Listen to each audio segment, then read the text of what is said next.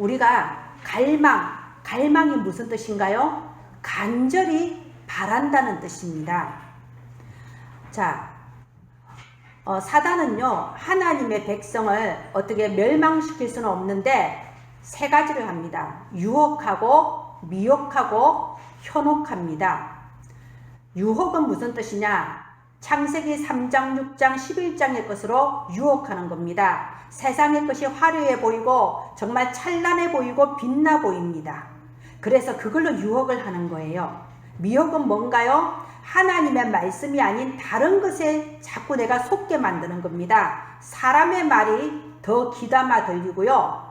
사람들의 그런 문화나 분위기가 더 맞는 것 같아요. 그래서 다른 것이 자꾸만 우리한테 들어오게 합니다. 그게 미혹이에요. 현혹은 뭔가요? 자꾸만 우리를 옛날 것에 머무르게 합니다. 우리 가문에 반복되어지는 그 영적 문제에 내가 자꾸 머무르게 만들고요. 우리 교회의 문화, 우리 지역의 문화, 내 직장의 문화, 이 창세기 3장, 6장, 11장의 홍수 속에 내가 그대로 머무르게 만들어서 나태하게 만들고 무기력하게 만드는 겁니다. 갱신을 못하게 하는 겁니다. 오늘도 하나님의 말씀 속에 내가 재창조되는 시간 되기를 바랍니다. 유혹과 미혹과 현혹에 당하지 않고 참된 빛이신 그리스도로 치유되고 회복되는 날 되기를 바랍니다. 오늘 우리가 읽은 사슴이 시냇물을 찾기에 갈급함 같이 되어 있습니다. 자, 사슴은 산짐승이죠. 이런 자연에 있는 산짐승들은 어디에 있어야 가장 편안하고 행복할까요? 깊은 산 속에 있어야 편안합니다. 시냇물 옆에 있어야 편안합니다. 그러니까 이 사슴은 시냇물을 갈망할 수밖에 없어요. 간절히 찾아다닐 수밖에 없습니다. 여러분, 게임하는 사람들 뭐 때문에 게임합니까? 퇴근하고 들어오면 밥만 먹고 잠잘 때까지 게임해요. 왜 그럴까요? 게임하는 시간이 제일 편하거든요. 제일 마음 편해요. 이것저것 스트레스 다 잊어버리고요. 그래서 게임하는 사람들은요, 게임할 수 있는 그 시간을 간절히 갈망하는 겁니다. 그죠? 그러면 여러분은 무엇을 가장 갈망하고 있나요? 내가 갈망하고 있는 바로 그것이 나의 영적 상태라는 겁니다. 여러분, 예배를 빠지면 지옥 갑니까? 아니요. 뭐 직장 때문에 예배에 빠질 수도 있습니다. 그렇죠? 예배 시간에 말씀 안 듣고 딴 생각하면 지옥 갑니까? 나쁜 사람입니까? 아니요. 그것 때문에 지옥 안 가요. 우린 구원 받았습니다. 그런데 뭐가 문제냐? 예배가 나한테 별로 갈급하지가 않은 게 문제인 거예요. 예배 어쩔 수 없이 내가 예배를 빠졌는데 이번 주 말씀이 뭔지 궁금하지도 않아. 별로 그렇게 말씀이 갈망되지도 않고 예배를 못 드렸다는 게 내 가슴을 아프게 하지도 않아요. 그런 예배가 갈급하지 않고 하나님의 말씀이 갈망되지 않는 그 영적 상태가 위험한 겁니다. 이미 내 영적 상태가 건강하지가 않다는 거예요. 병들어 있다는 겁니다. 자, 보세요. 건강한 사슴은 시냇물을 찾는 게 정상이죠. 사슴이 나는 콜라가 먹고 싶다. 사슴이 나는 기름에 찌든 오염된 물이 너무 맛있다. 이러면 이미 병든 사슴이에요. 내 영적 상태가 건강한가 병들어 있는가 진단할 수 있어야 됩니다. 오늘 5절 보세요. 5절에 내 영혼아 네가 어찌하여 낙심하며 어찌하여 내 속에서 불안해하는가. 사람들이 낙심하고 불안해하는 이유가 뭔가요? 여러 가지를 말할 수 있겠죠. 여러 가지 사건과 환경을 말할 수 있습니다. 그런데 진짜 원인은 하나예요. 지금 그 사람의 영혼이 하나님이 아니고 다른 것을 만나고 있기 때문에 불안하고 낙심하는 겁니다. 하나님 아닌 다른 것을 만나고 있으면요, 불안해야 할 일이 아닌데 불안이 찾아오고 낙심할 일이 아닌데 낙심이 찾아와요.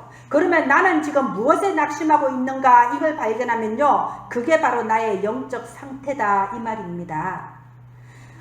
우리가 2021년도에 하나님께서 삶 회복을 약속하셨어요. 가정을 회복시켜 주시고, 경제를 회복시켜 주시고, 나의 현장을 회복시켜 주시겠다 약속하셨습니다. 삶 회복이란 말은 삶 치유라는 거예요. 나의 가정과 나의 경제와 나의 현장이 지금 병들어 있습니다. 그걸 아셔야 돼요. 그러면 먼저 나의 영적 상태부터 치유가 돼야 됩니다. 내가 내 영적 상태가 치유되고 건강해지면요, 하나님께서 당연히 내 경제, 내 가정, 내 현장 치유하시고 회복시켜 주시는 겁니다. 우리가 정말 건강한 사슴이 시냇물을 찾는 것처럼 내가 날마다 하나님을 갈망하는 건강한 영적 상태가 돼야 됩니다. 그래서 오늘 다윗의 고백처럼 하나님의 얼굴을 배우는 그런 영적 서밋으로 서는 시간 되기를 주 예수님의 이름으로 축원드립니다. 첫째, 나는 무엇을 갈망하는가? 내가 무엇을 갈망하는가? 그게 바로 나의 영적 상태라고 했죠. 사울왕이 갈망했던 건 뭔가요? 이 왕자리가 영원 무궁하기를 바랬어요. 그리고 내 아들, 내 손자에게 이 왕자리가 물려지기를 바랬어요. 그걸 갈망했기 때문에 그게 안 될까봐 불안하고 낙심할 수밖에 없었던 겁니다. 다윗은 전혀 다른 것을 갈망했습니다. 오늘 2절 말씀 보세요. 내 영혼이 하나님, 곧 살아계시는 하나님을 갈망했다고 되어 있습니다. 하나님이 해주시는 응답을 갈망한 게 아니에요. 하나님이 내 소원 성취하시는 그걸 갈망한 게 아니고 무엇을 갈망했다고요? 하나님, 살아계신 하나님, 그분을 갈망했다고 되어 있습니다. 그래서 하나님의 얼굴 뵙는 그 예배 시간과 기도 시간을 갈망했던 겁니다. 왕이 얼마나 바쁜가요? 왕이 할 일이 얼마나 많습니까? 그런데 그 바쁘고 중요해 보이는 일 속에서 최우선순위가 하나님께 드려지는 예배와 기도 시간이었다 이겁니다. 이게 다윗의 특별한 믿음인가요? 아, 다윗은 그러니까 다윗이지 특별한 건가요? 아니에요. 이게 굉장히 정상적인 겁니다. 가장 정상적이고 가장 건강한 영적 상태예요. 우리가 정상적이 돼야 됩니다. 자, 건강한 사슴이 왜 시냇물을 찾아다니나요? 건강한 사슴이 뭐 휘발유나 콜라 이런 걸 먹으면 죽거든요. 맑은 물을 먹어야 살잖아요. 그것처럼 우리도 하나님의 얼굴을 배워야 우리가 사는 겁니다. 우리가 하나님을 만났을 때에 가장 평안하고 가장 행복하고 가장 힘을 얻기 때문에 우리가 예배 시간, 기도 시간을 갈망하는 거죠. 제가 이게 이 지역의 교회를 개척해서 얼마 안 됐을 때 만났던 어떤 이제 남자분이 있어요. 그분이 그러세요. 자기 교회 다닌대요. 자기 하나님 믿는답니다. 아유, 어느 교회 다니세요? 영광에 있는 교회를 다닌대요. 영광까지 간단 말입니까? 속으로 이분 대단한 믿음이시네. 근데 알고 보니 그분이 설명하는데 자기는 주일날 교회를 못 가겠대요. 그 시간을 못 맞추겠답니다. 그래서 그냥 자기 시간 날 때 가고 싶을 때 간대요. 그 시간 날 때 가고 싶을 때 영광에 가면 목사님 만나서 이런저런 얘기하는 그게 자신의 신앙생활입니다.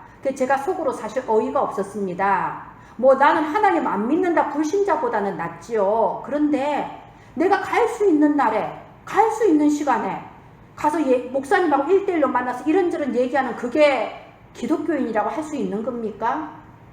제가 그때는 이해가 안 됐어요. 근데 나중에 제가 알았습니다. 이게 이 지역의 영적 색깔이구나. 이 지역의 영적 상태구나. 사실 기독교인은 주일날 예배 드리는 게 기본 중에 기본이잖아요. 근데 그 기본조차도 버거운 겁니다.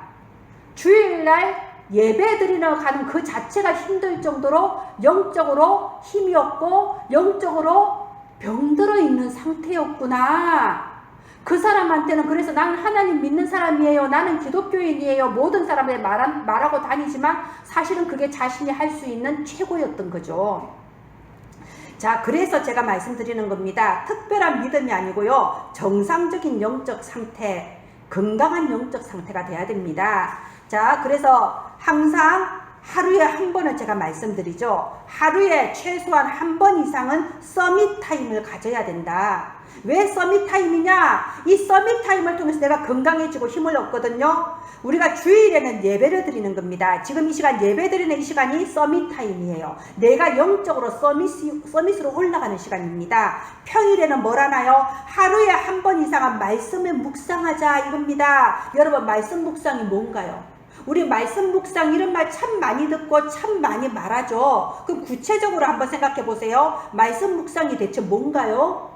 말씀 묵상은 하루에 한 번은 우리가 말씀을 듣자는 겁니다. 강단 말씀을 듣든 기도 수첩 말씀을 듣든 핵심 말씀을 듣든 말씀을 듣기에 얼마나 좋은 환경을 하나님이 주셨습니까? 우리나라만큼 인터넷이 잘 되고 우리나라만큼 스마트폰이 많이 보급된 나라가 없잖아요. 하루에 한 번은 말씀을 듣고 그냥 듣는 게 아니라 지금 내 고민거리, 지금 내 삶의 문제 여기에 적용을 해서 생각을 하는 겁니다. 그리고 그걸 붙잡고 기도를 하는 거예요. 그 말씀을 듣기 전에는 이게 어마어마한 고민거리인데 말씀을 듣고 생각해보면 그게 고민이 아니에요. 기도 제목으로 변합니다. 그래서 말씀을 듣고 내 문제에 적용을 시키고 그 말씀 붙잡고 기도하는 거, 이거를 보고 말씀 묵상이라고 하는 거예요. 우리의 삶, 하나님께서 주신 하루에 24시간의 시간 중에서 작은 시간을 하나님께 드리는 겁니다. 그래서 그 작은 시간을 하나님께 드려서 서밋 타임을 가졌을 때 하나님께서 우리한테 큰 응답을 주십니다. 우리 하나님이 이렇게 좋은 분입니다. 그래서 복음인 거예요. 이게 하나님 자녀의 특권이에요. 우리가 하나님께서 주신 경제력의 10분의 1을 드리는 11조처럼 하나님이 주시는 시간의 11조, 시간의 21조, 시간의 101조, 작은 시간을 하나님께 드렸을 뿐인데 하나님은 하늘 보좌를 움직이는 큰 응답으로 우리한테 주신다 이겁니다. 그래서 예레미야서 29장 12절에 보면요, 너희가 내게 부르짖으며 내게 와서 기도하면 내가 너희들의 기도를 들을 것이다 라고 하셨습니다. 13절에 보면요, 너희가 온 마음으로 나를 구하면 나를 찾을 것이요 나를 만날 것이라 했습니다. 여러분, 우리가 뭘 해야 된다고요? 온 마음으로 하나님을 갈망하기를 바랍니다. 정말로 나는 하나님이 아니면, 하나님의 말씀이 아니면 내 힘으로 살 수 없습니다. 마치 벼랑에 떨어졌는데 나무뿌리 하나 붙잡았어요. 이 나무뿌리 놓치면 나는 낭떠러지에서 떨어져 죽어요. 이 마음으로 하나님을 갈망하고 갈급해하면서 하나님께 기도하자는 겁니다. 그러면 하나님께서 어떻게 하신다고요? 반드시 듣겠다는 거예요. 반드시 듣고 주의 천군 천사들을 파송해서 그 기도에 응답해 주시겠다. 왜? 우리가 자녀니까. 우리가 하나님 자녀의 특권을 이렇게 받았습니다. 우리 원단 말씀 보세요. 1강에 뭐라고 되어 있습니까? 237 나라 살례 영적 통신망의 파수꾼이라고 되어 있습니다. 이 말이 뭐죠? 237 나라를 놓고 너희가 기도의 파수꾼이 되라는 겁니다.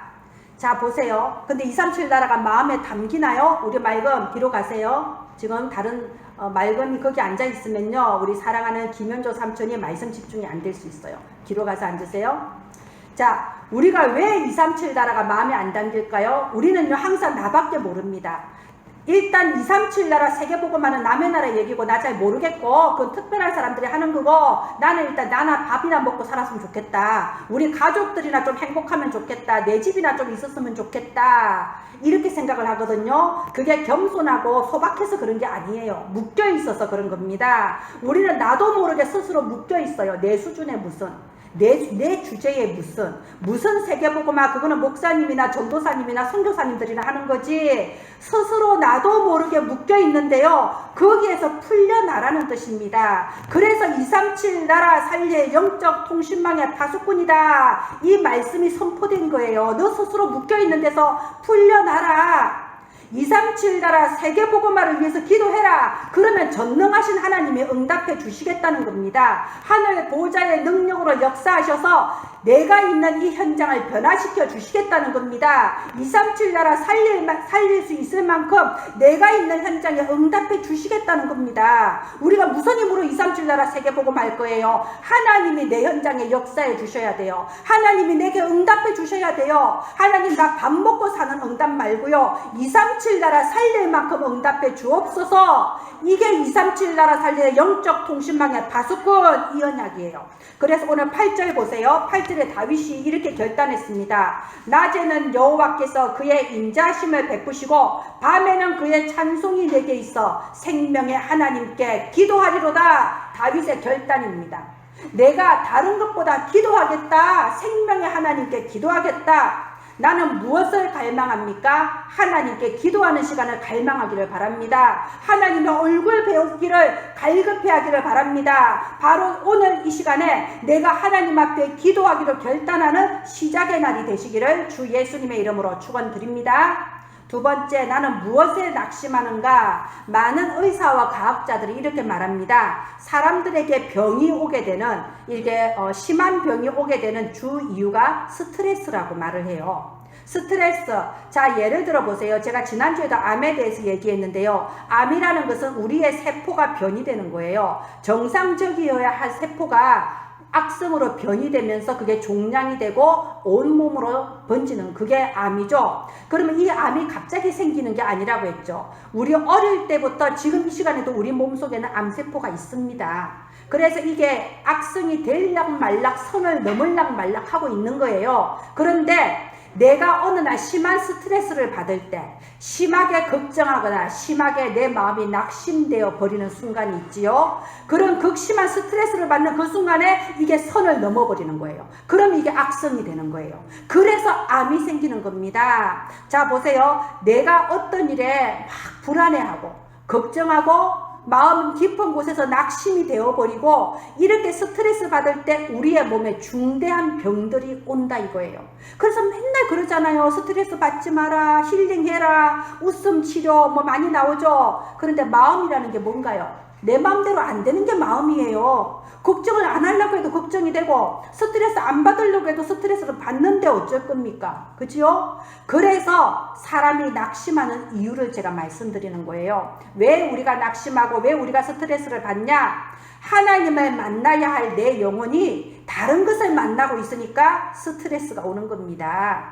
하나님 아닌 다른 게 뭔가요? 창세기 3장 나중심의 저주에 걸려버렸어요. 아까 내가 말한 대로 237 나라 세계보고만은 모르겠고 나나 좀 뭐 당신 생각 나 관심 없어. 내 생각대로 돼야 이게 응답이야. 하나님 계획 모르겠어. 내 계획대로 돼야 이게 응답이야. 무슨 하나님의 시간표야. 내가 원하는 데 응답받아야지. 이게 창세기 3장의 나중심 저주예요. 거기에 딱 걸려서 그것만 쳐다보고 있는 겁니다. 그래서 문제가 오고 스트레스가 오고 낙심이 되는 거예요. 창세기 6장 내 육신의 탐욕.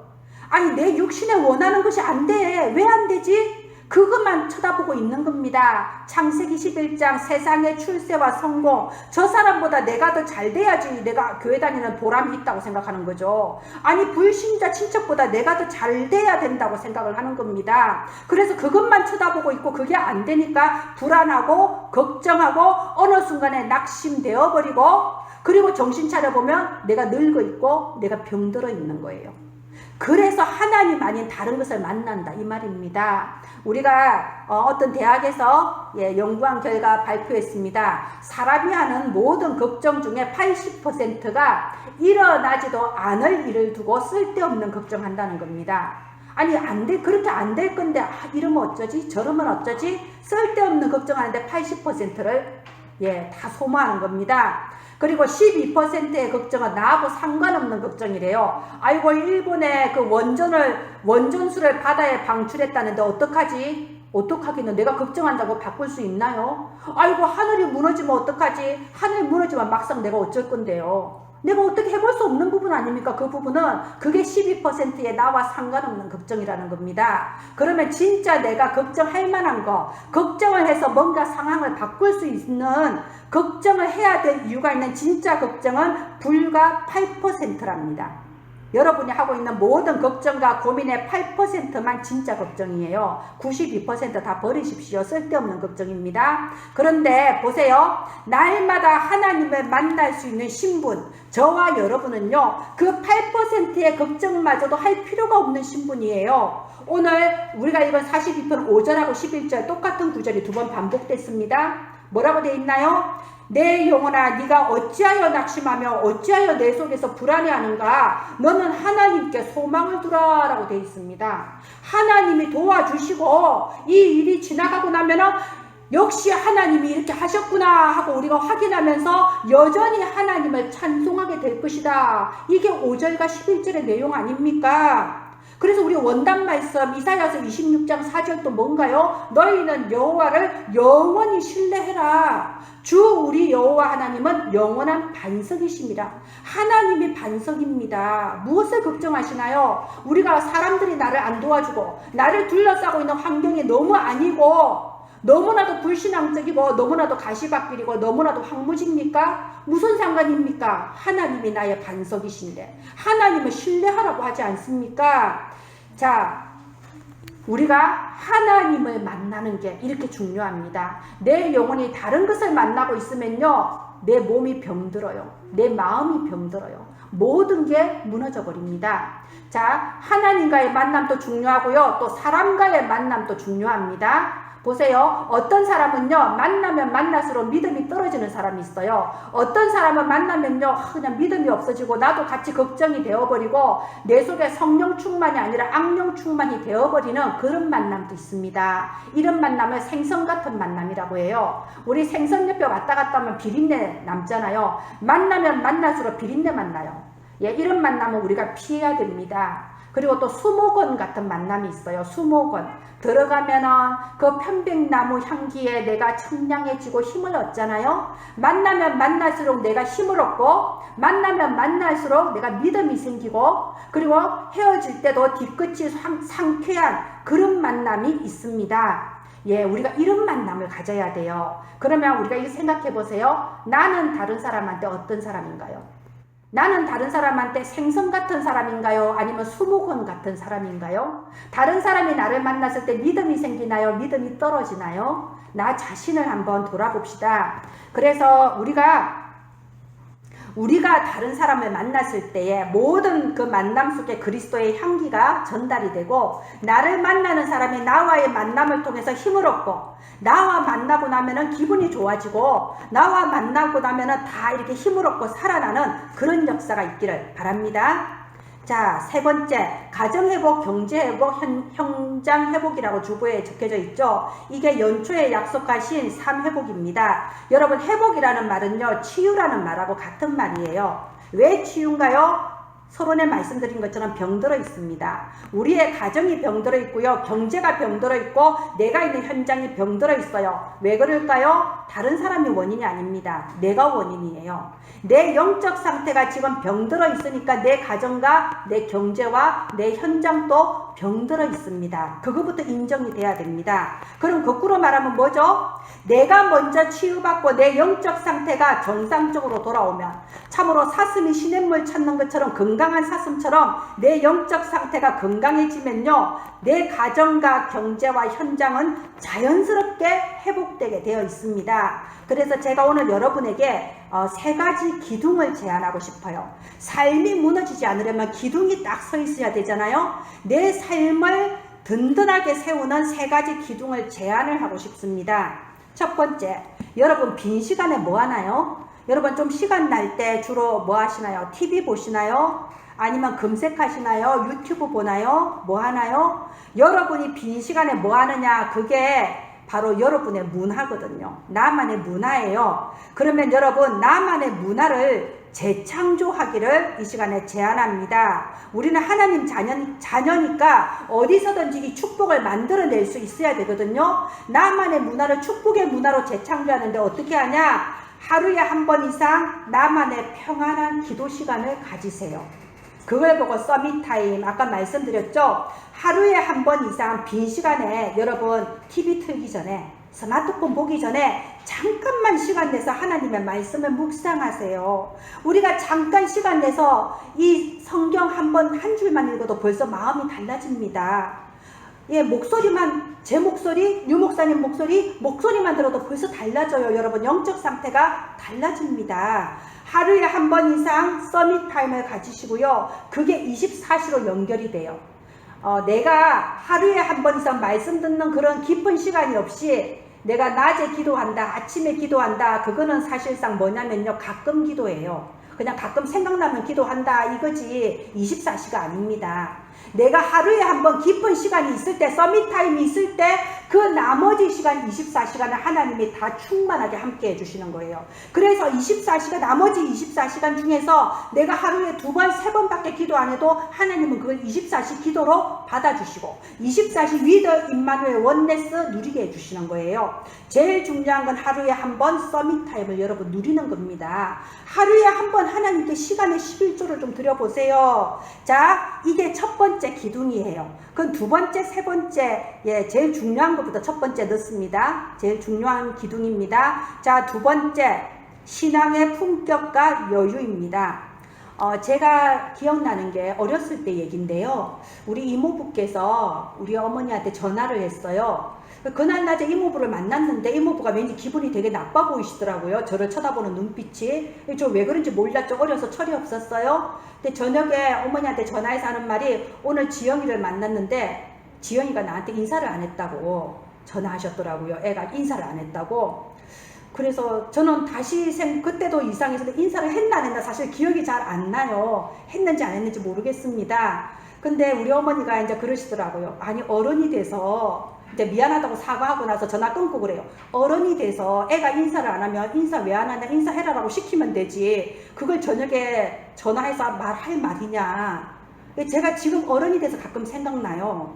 그렇잖아요. 그죠? 그게 어른의 여유라는 겁니다. 그게 어른의 품격이라는 거고요. 근데 우리가 맑음이하고 비슷한 수준 되면 맑음이 하는 말이 다 상처가 되잖아요. 맑음이가 나한테 오늘 이랬어. 막 상처받고 저녁에 가서 막 생각하고 막 저한테 전해서 맑음이가 이랬어요. 이렇게 되면 우리 수준이 아니잖아요. 그죠?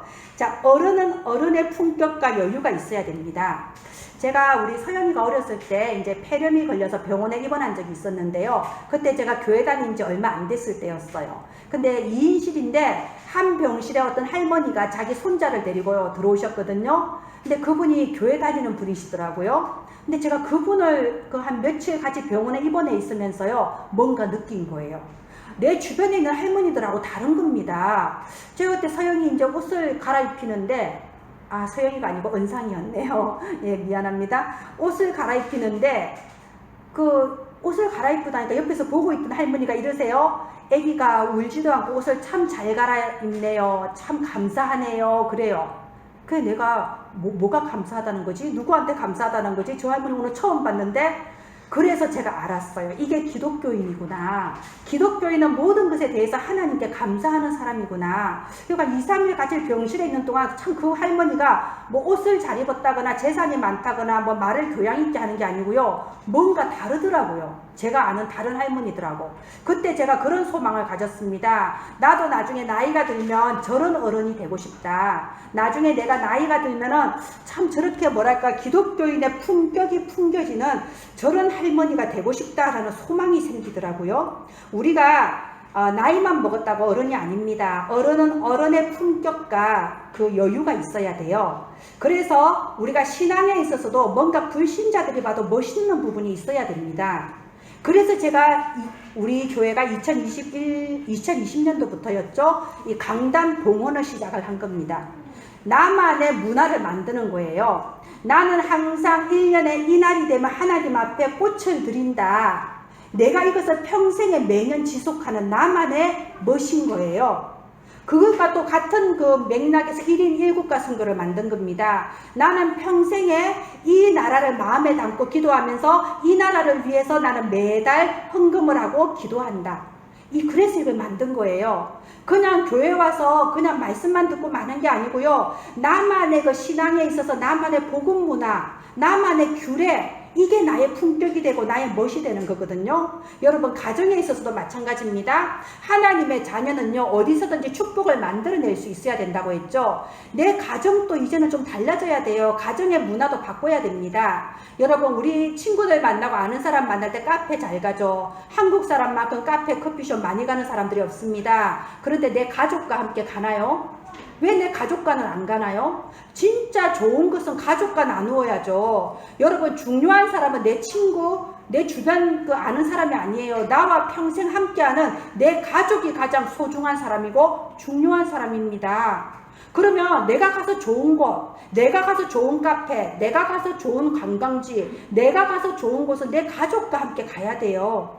그 예전에 제가 아는 권사님 보니까 아들이 여자친구를 사귀어가지고 그 알바를 해서 여자친구 목걸이 사주겠다고. 그래서 권사님이 엄마부터 먼저 사줘라. 맞는 말이잖아요. 그래서 이 아들은 알바해서 그 돈으로 엄마 금목걸이부터 먼저 사줬어요. 그게 맞는 겁니다. 가족은 항상 옆에 있으니까 시시합니까? 사탄의 속임수예요. 그야말로 사탄의 유혹과 미혹과 현혹입니다. 여러분, 자, 그래서 내 가족을 소중하게 여기고요. 가정문화 새로 재창조하세요. 가정축제를 좀 만드세요. 우리나라만큼 축제 많은 나라가 어디 있습니까? 아이고, 지금 저기 고창 상하농원에 딸기 축제 한다더라. 그럼 가족과 함께 한번 가보세요. 그리고 우리 알아보면요, 이 광주 시내 안에도 일일 그 꽃꽂이 체험, 일일 무슨 뭐 문화 체험 많습니다. 일일 도자기 만들기 체험. 아니, 왜 꼭 친구들하고 가야 돼요? 가족과 함께 갈 수 있잖아요. 가족과 함께 여러 가지 체험을 한다거나, 가족과 함께 여행을 한다거나, 가족과 함께 게임을 한다거나, 가족 문화를 만들라 이겁니다. 그리고 제일 좋은 문화가 뭐죠? 예배 문화. 아니, 보세요. 우리 불신자 때 어쨌습니까? 명절 되면 뭐 하나요? 그냥 밤늦게까지 식구들하고 올려서 술 마시잖아요. 문화가 없으니까. 그냥 술 마시고 얘기하고 놀다가 시간 되면 제사상 차리고 제사 지내고 떨어져 자고 다음날 아침 되면 또 술 마시고, 그 가족, 대부분 가족 문화예요. 그거를 우리가 재창조하잖아요. 명절에는 모여서 예배 드린다. 얼마나 좋습니까? 명절에는 모여서 예배 드리고 어떤 곳에 관광지를 간다거나 차를 한 잔 마시러 간다. 얼마나 좋습니까? 그리고 가족들이 모여서요, 무슨 얘기합니까? 부모는 자식한테 공부해라, 돈 아껴 써라, 뭐 이런 얘기나 하고, 뭐 자식은 부모한테 나한테 말 걸지 마 이렇게 돼버리고, 이게 뭔 일입니까 도대체? 포럼 문화를 만들어야 됩니다. 이번 주 말씀이. 그래서요, 우리끼리도요, 만나면은, 아우, 살 빠졌다, 뭐 예뻐졌다, 그 가방 어디서 샀어, 이런 말 하지 말고요. 이번 주 말씀에서 뭐 붙잡았어요? 포럼 문화 좀 만들어 봅시다. 자, 이렇게 우리가요, 신앙에 있어서 품격과 멋이 중요합니다. 나만의 복음 문화, 우리 가정의 복음 문화, 우리 교회의 복음 문화, 우리가 창조할 수 있는 품격과 여유가 있기를 바랍니다. 세 번째, 여러분, 세계복음화와 나의 업이 연결돼야 돼요. 절대적으로. 내가 왜 공부합니까? 내가 왜 직장 다닙니까? 남들도 학교 다니니까 따라가고, 남들 직장 없으면 나를 무시하니까 직장 갑니까? 그거 아니잖아요. 자, 저는 이런 그 간증을 들었어요. 우리 전에 함께 들었죠? 어떤 그 장교, 군대 장교인데, 이분이 복음 듣기 전에는요, 그냥 미래 비전이 뭐였냐? 내가 나중에 나이 들어서 제대하면 저 어디 시골에다가 집 짓고 노후를 그냥 농사나 짓고 여유있게 보내야지, 그거 하나 바라보고 힘든 군대 생활을 견디는 거예요. 나 그냥 나중에 그냥 제대하면 시골에 땅 사서 농사 짓고 살아야지, 먼 미래를 바라보면서 나는 오늘 또 죽어나 사나 군대 간다. 에이 더러워, 에이 지겨워. 이게 이제 사는 게 아닌 거죠. 근데 어느 날 이분이 딱 복음을 들었어요.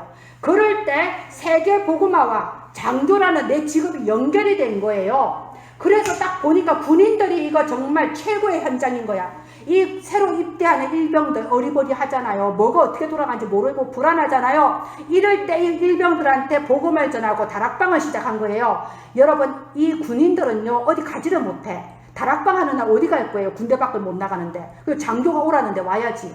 그러니까 이게 하나님께서 나를 장교를 시킨 이유가 있구나. 세계복음화라고 나를 장교를 시켰구나. 그래서 군인들한테 복음 전하고 다락방 하다 보니 그 중에 제자가 또 나오잖아요. 그 중에 정말 장교가 시켜서가 아니고 말씀을 탁 알아듣는 제자가 나오거든요. 그런 제자는 군대 제대하고 나서 RTS 가서 목사까지 되었다. 이 간증을 하지 않습니까? 말하자면 보세요. 너희는 먼저 그의 나라와 그의 의를 구하라. 내 직업, 내 공부, 내가 하는 모든 업에 있어서 세계복음화와 연결시켜야 됩니다. 하나님이 전도하라고, 하나님께서 이유가 있어서 나에게 이 직업을 주셨구나, 이거를 찾아야 돼요. 그래야 나머지 게 나한테 다 따라오는 겁니다. 그래서 우리 교회가 1인 1분야를 말하고 있는 거예요. 한 사람이 한 분야를 살리는 서밋이 되는 거다. 내가 그냥 살다 가는 게 아니고 하나의 기업을 세울 비전을 붙잡으라 이겁니다. 장애인이든 청소년이든 노인이든 외국인이든 하나의 내가 문화기업, 복지기업, 치유기업을 세우겠다. 이 비전을 붙잡고, 비전 붙잡는 것도 못합니까? 하는 건 하나님이 하시는 건데, 비전을 붙잡고 1인 1분야, 1인 1기업 기도해서 응답받기를 바랍니다. 자, 똑같이 직장에 다니고 똑같이 일을 해도요, 우리가 이렇게 비전을 붙잡고 있으면 다른 사람 봤을 때 다르게 보여요. 겉으로는 그냥 심부름하는 사람이고 그냥 제일 말단 별 볼 일 없는 것처럼 보여도요, 사실은 답을 가진 사람이에요. 사실은 가장 중요할 때 답을 줄 수 있는 사람이 바로 우리라 이겁니다. 이런 사람은요, 당연히 따라오는 게 가정이 회복되고 내가 있는 현장이 회복되고 경제가 회복될 수밖에 없는 겁니다. 하나님께서 어떻게 내 가정, 내 경제, 내 현장을 회복시킨다고요? 가만히 있는데 어느 날 갑자기 뾰로롱 되는 게 아니고요. 나로 말미암아 하나하나 기둥을 세워 나가시는 겁니다. 가장 중요한 서밋 타임, 나의 기도 시간에 기둥을 세우시고요. 나의 삶에 있어서 문화를 바꾸는 그런 신앙의 품격과 여유, 실천사항 찾아서 해나가시고요. 그리고 내 직업과 세계보고만 진짜 연결시켜서 비전 담고 기도하시기를 바랍니다.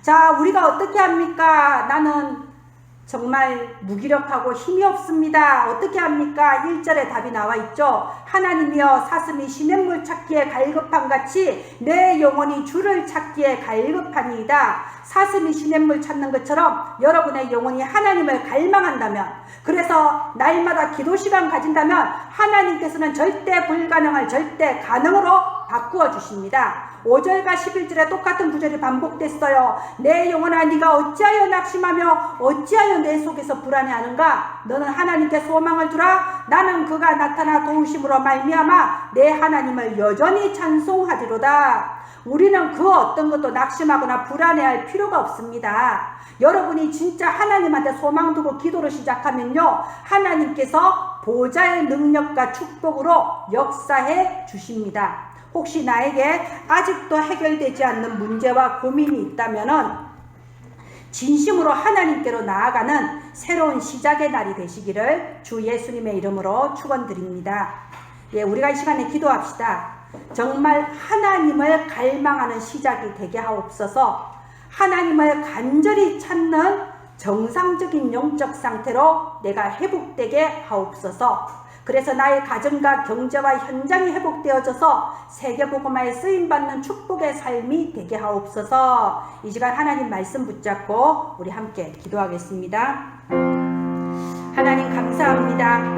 내 영혼아 네가 어찌하여 낙심하는가, 어찌하여 불안해하는가? 너는 하나님을 바라라고 하셨습니다. 오늘 이 말씀을 언약으로 붙잡게 하옵소서. 참으로 사슴이 시냇물을 찾기에 갈급함같이 여호와 하나님을 갈망하며 하나님을 간절히 찾는 저와 은혜나무 교회 가족들 되게 하소서. 우리의 영적 상태가 치유되고 회복되게 하여 주시옵소서. 여호와를 간절히 찾는 자에게 하나님께서 말씀과 기도로 만나주심을 믿습니다. 우리가 하나님의 얼굴을 배우는 서밋 타임을 누리게 하여 주시옵소서. 여호와를 간절히 찾는 자에게 그 가정과 경제와 현장을 회복시켜 주심을 믿습니다. 우리의 남은 생이 세계복음화를 위하여 온전히 쓰임받는 최고의 축복된 삶, 능력의 삶이 되게 하여 주옵소서. 은혜를 감사드리며 모든 것을 주 예수 그리스도 이름으로 기도합니다. 아멘.